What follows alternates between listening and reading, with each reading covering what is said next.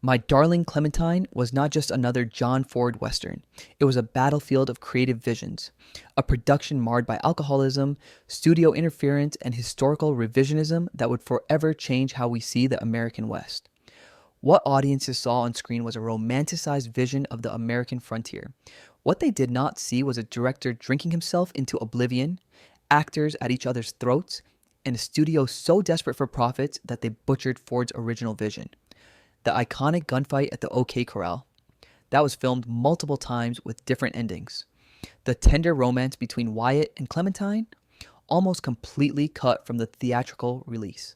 Today, we are revealing 20 weird facts about My Darling Clementine that will change how you see this classic Western forever. And stick around until the end for a bonus fact about the real Wyatt Earp's connection to this film that even most film historians don't know. Hit that like button and subscribe because you are about to discover the truth behind one of Hollywood's most legendary Westerns. Number 20. The original director was fired 2 weeks into production. John Ford was not the first director attached to My Darling Clementine. In fact, he was not even the second. The film began production under director Lloyd Bacon, who had been assigned by Darryl Zanuck at 20th Century Fox. Bacon was a competent studio director, but he lacked the distinctive vision that Ford would bring to the project. 2 weeks into filming, Zanuck visited the set and was reportedly horrified by what he saw.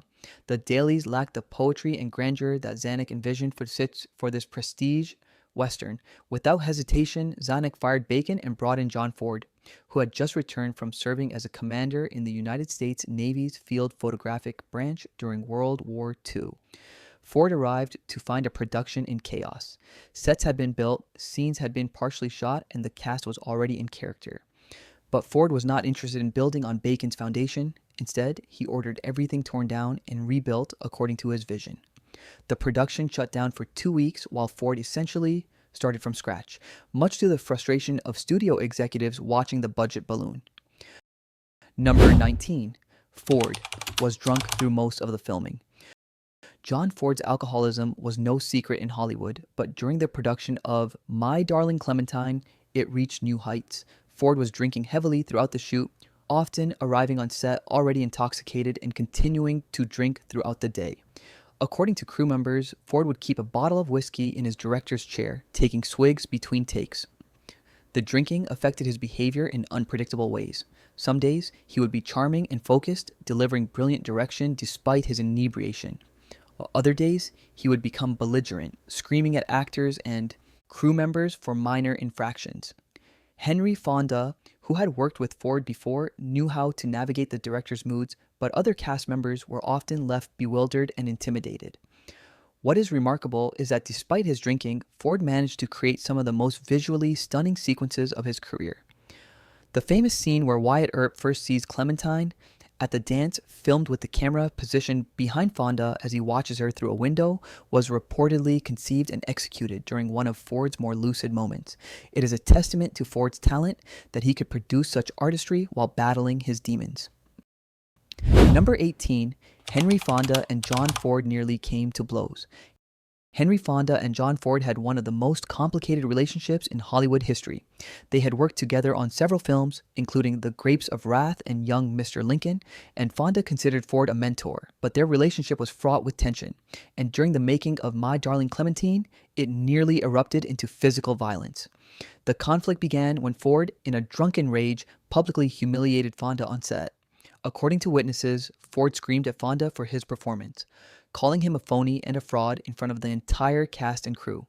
Fonda, who had a reputation for being mild-mannered, finally snapped. He confronted Ford after the day's filming, and the two men engaged in a heated argument that nearly became physical. What makes this incident particularly shocking is that it was witnessed by several studio executives, who had to intervene to prevent the two men from coming to blows. The next day, Ford arrived on set sober and issued a rare apology to Fonda. The tension between them remained palpable for the rest of the shoot, but somehow they managed to channel their conflict into their work, creating a performance from Fonda that remains one of his most iconic. Number 17. The film was almost completely reshot after initial test screenings. After Ford completed his cut of My Darling Clementine, studio executives were initially pleased. The film had the sweeping vistas, poetic moments, and character-driven storytelling that had become Ford's trademarks. But when test audiences were shown the film, their reaction was not what the studio had expected.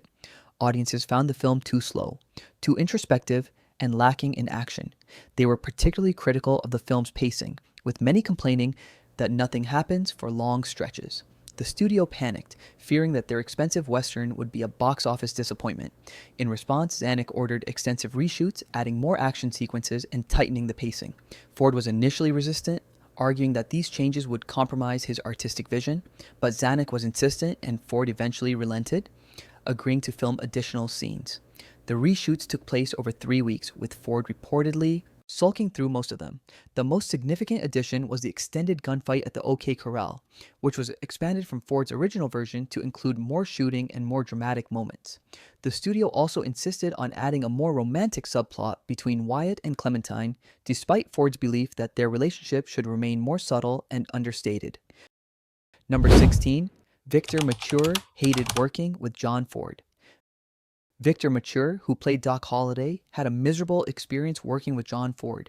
Mature was a contract player at 20th Century Fox, primarily known for his looks and his physique rather than his acting ability. Ford, who prized authenticity and naturalism in his performances, had little patience for Mature's more theatrical style. From the beginning of production, Ford targeted Mature with his infamous practical jokes and verbal abuse. He would call Mature pretty boy and musclehead in front of the cast and crew, and he went out of his way to make Mature's life difficult on set. According to crew members, Ford would deliberately give Mature confusing directions, then berate him when he failed to deliver the performance Ford wanted. Mature, who had a reputation for being sensitive about his acting abilities, was devastated by Ford's treatment. He later said, "Working with Ford was the worst experience of my life. He seemed to take pleasure in humiliating me, and I never understood why." Despite their difficult relationship, Mature managed to deliver a nuanced performance as Doc Holliday, creating a character who was both charismatic and tragically flawed. Number 15. The real Wyatt Earp visited the set and hated what he saw. Perhaps the most fascinating aspect of my Darling Clementine's production was the visit from the real Wyatt Earp himself. In the 1920s, long before the film was made, Earp had befriended several Hollywood figures, including director John Ford and actor Tom Mix. Earp, who was in his 70s at the time, loved telling stories about his adventures in the West, and these Hollywood figures were captivated by his tales. When My Darling Clementine went into production, Ford initially planned to consult with Earp about the historical accuracy of the film. But Earp had died in 1929, so Ford had to rely on the biography Wyatt Earp, Frontier Marshal by Stewart N. Lake, which Earp had collaborated on before his death. What is less well known is that Earp had actually visited Hollywood sets in his later years, including the set of a silent film about his life in the 1920s. According to Ford, Earp was critical of how Hollywood portrayed the West, arguing that filmmakers prioritized drama over accuracy. "He told me that the real West wasn't as violent or as romantic as we made it out to be," Ford later recalled. He said most days were just about survival, not gunfights and showdowns. This historical context adds a layer of irony to My Darling Clementine, which, despite Ford's reputation for authenticity, takes significant liberties with the historical record. The gunfight at the OK Corral in particular is dramatized for effect, with the real event lasting only about 30 seconds and resulting in only 3 casualties. Number 14. The film was cut by 20 minutes without Ford's knowledge. One of the most egregious examples of studio interference in My Darling Clementine occurred after Ford had completed his final cut. Without Ford's knowledge or approval, studio executives cut approximately 20 minutes from the film, believing that a shorter running time would make it more palatable to audiences. The cuts were not random. They specifically targeted scenes that Ford considered essential to the film's emotional core. Many of the quieter, more contemplative moments were trimmed or removed entirely, including a significant portion of the developing relationship between Wyatt and Clementine. Also cut were several scenes that humanized the Clanton brothers, making them less one-dimensional villains. Ford only discovered the cuts when he attended the film's premiere in Hollywood. He was reportedly furious, confronting Zanuck in the theater lobby. According to witnesses, Ford screamed, "You've ruined my picture," and had to be physically restrained from attacking the studio head. The cuts had a lasting impact on Ford's relationship with 20th Century Fox. Though he would continue to work with the studio, he never again trusted them with his final cuts, insisting on contractual provisions that gave him final approval on all future projects. Number 13, the famous dance sequence was almost cut by the studio. One of the most iconic sequences in My Darling Clementine is the dance scene where Wyatt first sees Clementine. Filmed with a lyrical, almost dreamlike quality, the sequence perfectly captures Ford's ability to convey emotion through visual storytelling rather than dialogue. But this beautiful sequence was almost cut by studio executives who found it too slow and lacking in action. During a preview screening, executives noted that audience attention seemed to wander during the scene, and they recommended cutting it entirely to improve the film's pacing. Ford fought to keep the sequence, arguing that it was essential to establishing the emotional core of the film. "It's not about what happens," Ford reportedly told Zanuck. "It's about what Wyatt feels when he sees her. It's the moment that changes everything for him." Zanuck was initially unconvinced, but Ford's persistence eventually won him over. The dance sequence remained in the film, though it was trimmed slightly to improve its pacing. Today, it is considered one of the highlights of the movie, a masterclass in visual storytelling that reveals character through action rather than words. Number 12, Linda Darnell was replaced mid-production. Linda Darnell was originally cast as Chihuahua, the passionate Mexican love interest of Doc Holliday. Darnell was a rising star at 20th Century Fox, known for her beauty and her fiery temperament, but shortly after filming began, Ford became dissatisfied with her performance, finding it too theatrical and lacking in authenticity. What followed was one of the most brutal recastings in Hollywood history. Ford, with Zanuck's approval, fired Darnell and replaced her with another actress, despite having already filmed several scenes with her. The decision was made without any warning to Darnell, who reportedly learned of her firing from a gossip columnist. The replacement was a young actress named Kathy Downs, who had been working as a model and had little acting experience. Ford cast her as Clementine Carter, the refined Eastern school teacher who becomes Wyatt's love interest. The role of Chihuahua was then offered to and accepted by Mexican actress Margot, who brought a depth and authenticity to the character that Ford found lacking in Darnell's performance. The recasting required significant reshoots and script revisions, adding to the film's already bloated budget, but Ford was adamant that the changes were necessary to achieve his vision. "I can't make a great picture with the wrong actors," he reportedly told studio executives. "I'd rather spend more money and get it right than save money and make a mediocre film." Number 11, the film's location shooting was a nightmare. My Darling Clementine was filmed primarily on location in Monument Valley, a favorite shooting location of John Ford, but the remote location presented numerous challenges that tested the patience of cast and crew alike. The first challenge was the weather.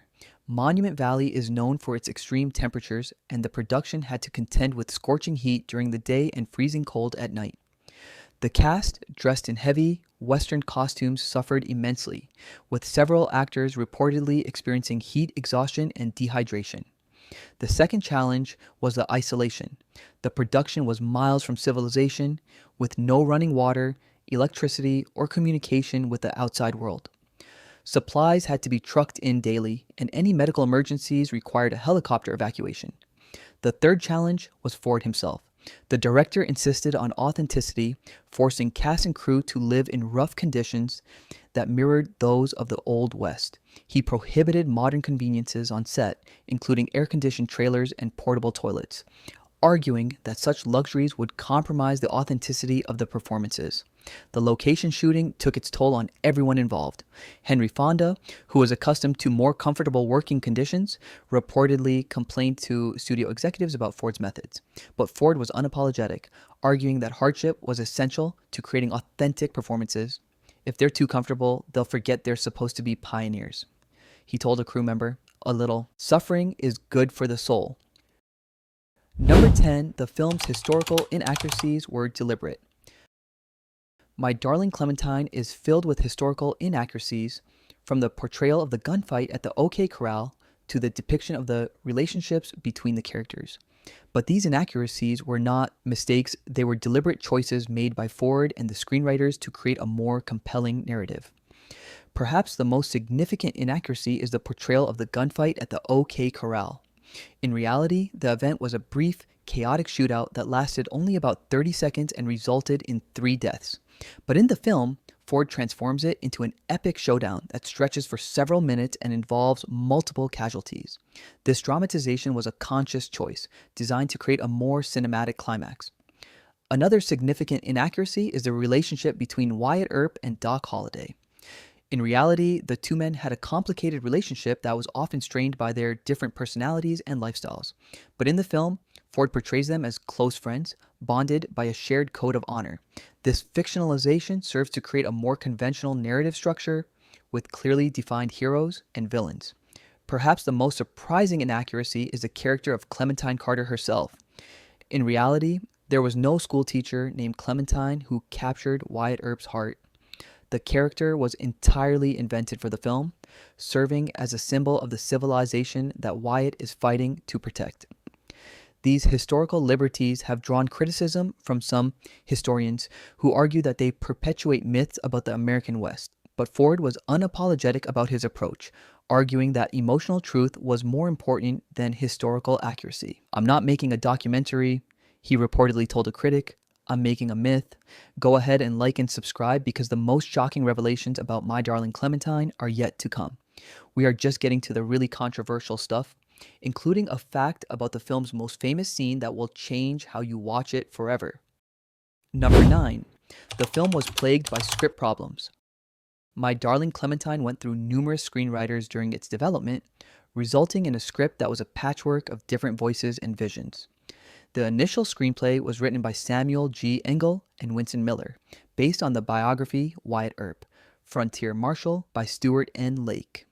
But when Ford took over as director, he brought in his own trusted writer, James Edward Grant, to revise the script. Grant's revision was substantial, transforming what had been a straightforward biopic into a more poetic exploration of civilization versus savagery. But Ford was not satisfied with Grant's work either, and he brought in yet another writer, Richard Murphy, to make additional changes. The result was a script that reflected multiple perspectives and approaches, with some scenes feeling more like Ford's distinctive style while others retained the more conventional approach of the original writers. The script problems continued throughout production, with Ford often improvising dialogue on set and encouraging his actors to do the same. This improvisational approach created some of the film's most memorable moments, but it also led to inconsistencies in character and tone that are evident in the final film. Perhaps the most significant script issue was the ending. Multiple endings were written and filmed, with Ford and the studio unable to agree on how the film should conclude.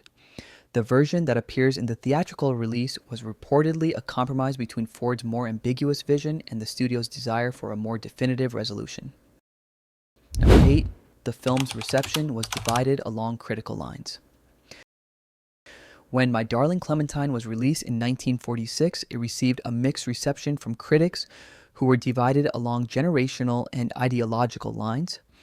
Older critics, many of whom had grown up with the traditional Western genre, praised the film for its sweeping vistas, heroic characters, and celebration of American values. Younger critics, influenced by the more cynical tone of post-war cinema, found the film's romanticized vision of the West to be naive and outdated. The New York Times' Bosley Crowther, a leading voice of the older generation of critics, praised the film as a magnificent Western that captures the grandeur and poetry of the American frontier. But James Agee, writing for The Nation and representing the younger generation, dismissed the film as a sentimental fantasy that sanitizes the brutality of the West. This critical divide reflected broader cultural tensions in post-war America. As the country grappled with the moral complexities of the atomic age, there was a growing skepticism toward the simple narratives of good versus evil that had characterized earlier American culture. My Darling Clementine, with its clear-cut heroes and villains, seemed to some critics to be out of step with this new, more nuanced understanding of American history. Despite the mixed critical reception, the film was a moderate box office success, particularly in rural areas where audiences responded enthusiastically to its celebration of frontier values. Over time, critical opinion has shifted in favor of the film, with many contemporary critics recognizing it as one of Ford's masterpieces and a high point of the Western genre. Number 7, the film's cinematography was revolutionary. Joseph McDonald's cinematography in My Darling Clementine was groundbreaking in its use of light and shadow to create mood and meaning. Drawing on the techniques of film noir, McDonald used high contrast lighting to emphasize the moral ambiguity of the characters and the harshness of the Western landscape. One of the most innovative aspects of McDonald's work was his use of natural light. In many scenes, particularly those filmed on location in Monument Valley, McDonald relied on the harsh, direct sunlight of the desert to create dramatic contrast between light and shadow. This approach gave the film a documentary-like realism that contrasted with the more stylized lighting of earlier westerns. Another innovative technique was McDonald's use of deep focus photography. By keeping both foreground and background in sharp focus, McDonald was able to create complex visual compositions that conveyed multiple layers of meaning. In the famous dance sequence, for example, McDonald uses deep focus to show Wyatt watching Clementine from a distance, emphasizing his isolation and longing. McDonald's cinematography was not just technically impressive, it was thematically resonant. The contrast between light and shadow mirrored the film's exploration of civilization versus savagery, while the sweeping vistas of Monument Valley emphasized the epic scale of the Western landscape. Together, Ford and McDonald created a visual language that elevated the Western genre to new artistic heights. Number 6. The film's score was replaced at the last minute. My Darling Clementine was originally scored by composer David Buttolph, who had written the music for numerous 20th Century Fox films.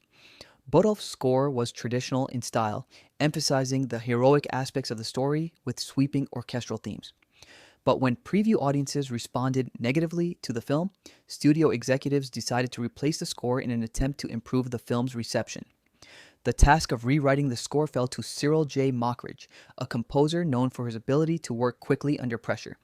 Mockridge had only a few weeks to compose and record an entirely new score, a remarkable feat considering the complexity of the task.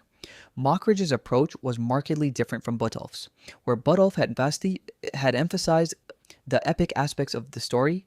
Mockridge focused on the emotional relationships between the characters, particularly the budding romance between Wyatt and Clementine. He also incorporated more authentic Western musical elements, including folk melodies and instruments associated with the American frontier. The replacement of the score was just one of many last-minute changes made to the film in response to preview audience feedback. These changes reflect the studio's desperation to make the film more commercially successful, even at the cost of compromising Ford's artistic vision. Number 5. The film was a turning point in the Western genre. My Darling Clementine marked a significant turning point in the evolution of the Western genre. While earlier, Westerns had often been simplistic morality plays with clear-cut heroes and villains, Ford's film introduced a level of psychological complexity and moral ambiguity that would influence countless later Westerns. One of the most innovative aspects of the film was its portrayal of Wyatt Earp not as a flawless hero, but as a man struggling with his own demons. Ford presents Earp as a reluctant lawman, haunted by the violence he has witnessed and unsure of his place in a rapidly changing world. This psychological depth was a departure from the more one-dimensional heroes of earlier Westerns. Another groundbreaking aspect of the film was its exploration of the tension between civilization and savagery. Ford presents the West not as a place of unlimited freedom, but as a battleground where conflicting visions of America are fought out. This thematic complexity elevated the Western from mere entertainment to a serious exploration of American identity. My Darling Clementine's influence can be seen in countless later Westerns, from the psychological depth of High Noon to the moral ambiguity of The Searchers. Even revisionist Westerns like Unforgiven owe a debt to Ford's willingness to challenge the conventions of the genre. Number 4, the film's production was overshadowed by labor disputes. The production of My Darling Clementine took place during a period of intense labor conflict in Hollywood. In 1945 and 1946, the industry was rocked by a series of strikes by various craft unions, including set decorators, painters, and electricians. These disputes had a direct impact on the making of the film, causing delays and creating tensions on set. The most significant of these disputes was a strike by the Conference of Studio Unions, which represented many of the technical craft workers in Hollywood. The strike began in March 1946, just as My Darling Clementine was entering production and lasted for several months, disrupting film productions across the industry. Ford, a staunch conservative and vocal opponent of the unions, was particularly incensed by the strike.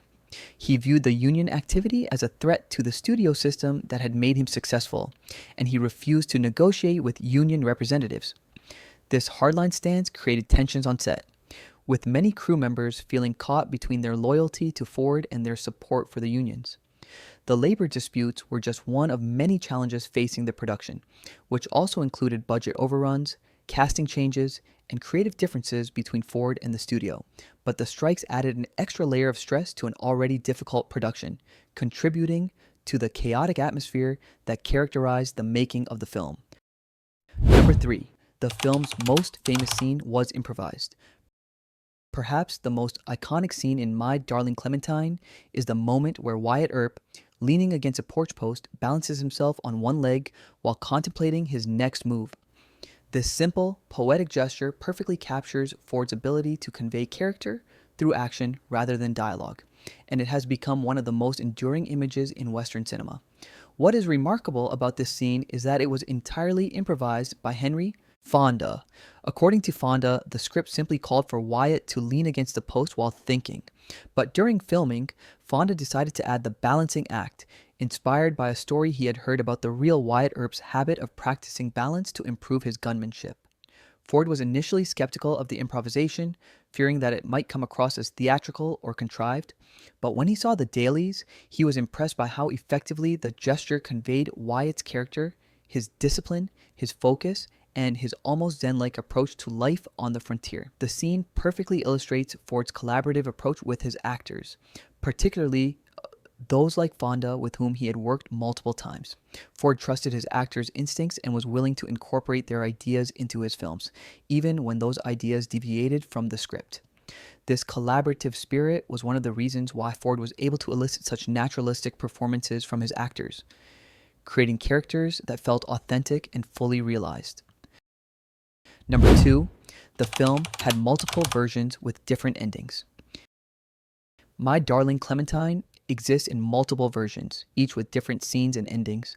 The most significant differences are between the theatrical release version, which runs 97 minutes, and the longer pre-release version, which runs approximately 103 minutes.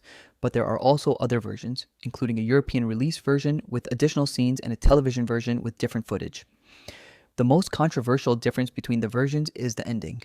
In the theatrical release, Wyatt says goodbye to Clementine and rides off into the sunset, suggesting that their romance was never meant to be.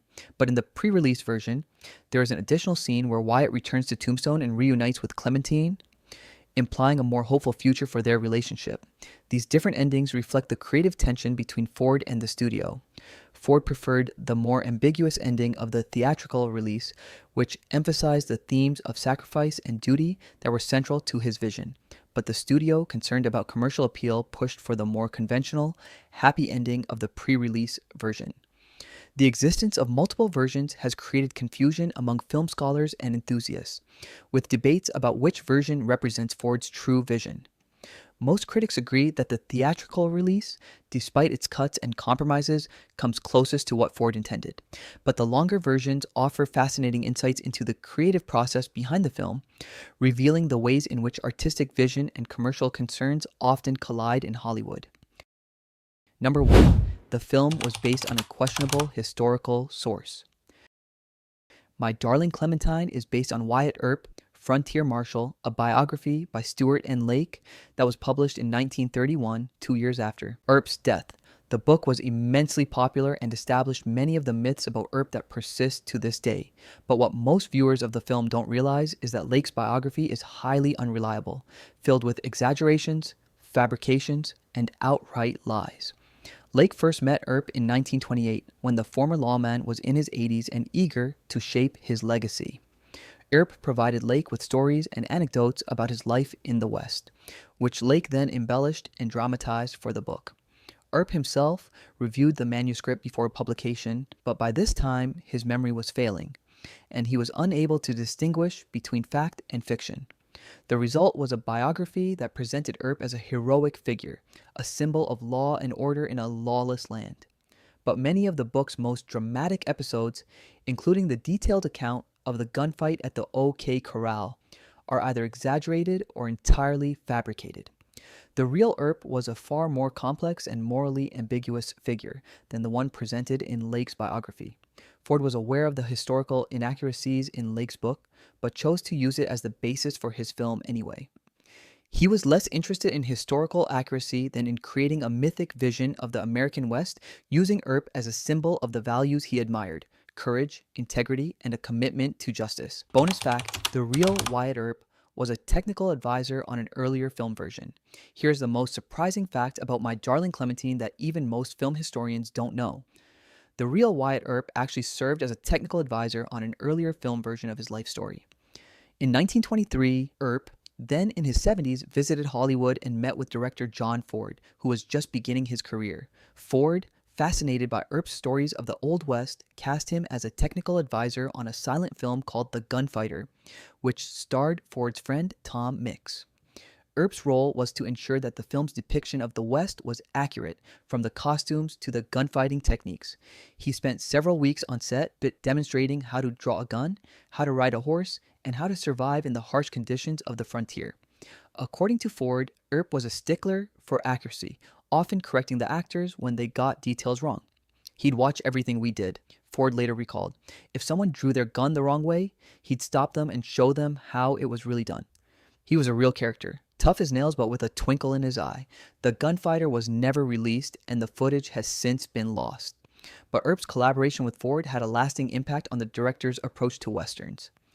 Ford learned from Earp the importance of authenticity in depicting the West, a lesson that would influence his entire career and culminate in the making of My Darling Clementine. My Darling Clementine remains one of the most influential westerns ever made, a film that transformed the genre from simple entertainment into serious art.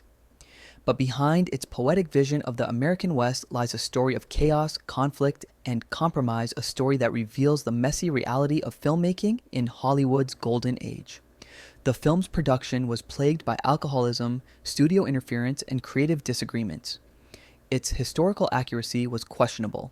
Its script was a patchwork of different voices, and its final cut was a compromise between artistic vision and commercial concerns. And yet, despite these challenges, Ford managed to create a work of enduring beauty and significance. What makes My Darling Clementine so remarkable is the tension between its idealized vision of the West and the chaotic reality of its production. This tension gives the film a complexity and richness that continues to reward viewers more than 75 years after its release.